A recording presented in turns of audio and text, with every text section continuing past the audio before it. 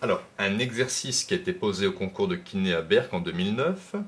Nous avons ici un moteur qui est branché à une pile de force électromotrice grand E égale 6 volts et de résistance interne petit r est égal à 1,2 ohm. Le générateur il fournit une puissance électrique de 2,8 watts au moteur qui en convertit 80% en puissance mécanique. Il faut calculer la résistance grand R en ohms du moteur.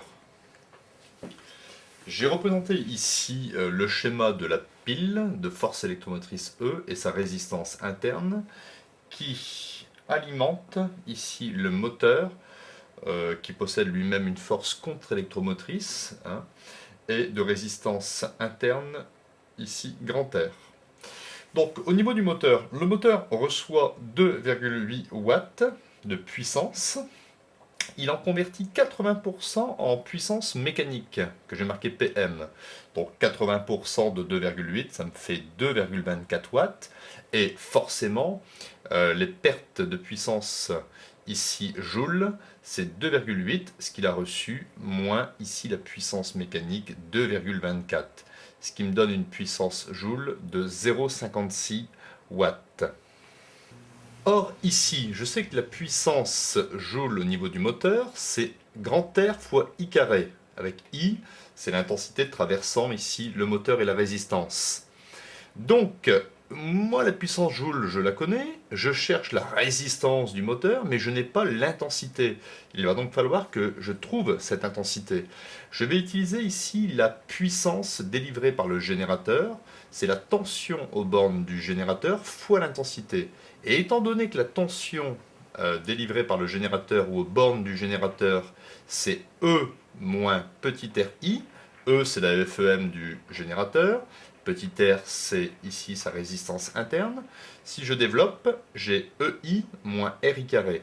Donc c'est un résultat que vous pouvez retenir par cœur, la puissance délivrée par le générateur au reste du circuit. Donc je vais remplacer la puissance du générateur, c'est 2,8, est égal à E, c'est 6, donc 6 fois I, moins petit r, 1,2 I carré. Donc c'est une équation du second degré en I que nous allons résoudre.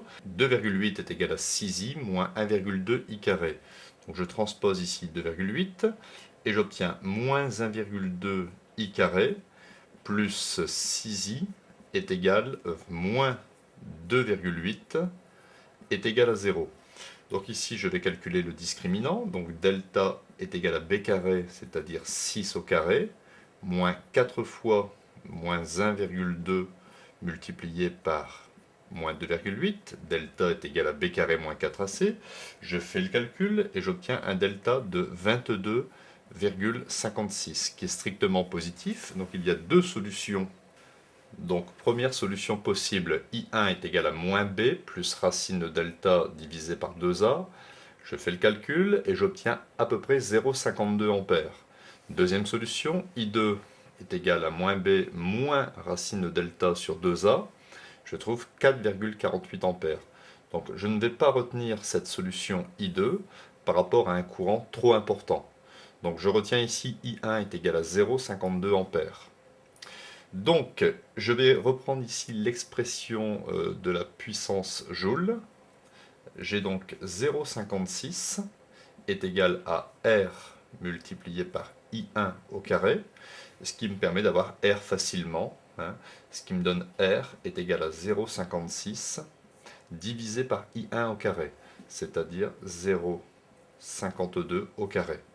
Et ce qui me donne ici, après calcul, une résistance qui avoisine les 2,1 ohms.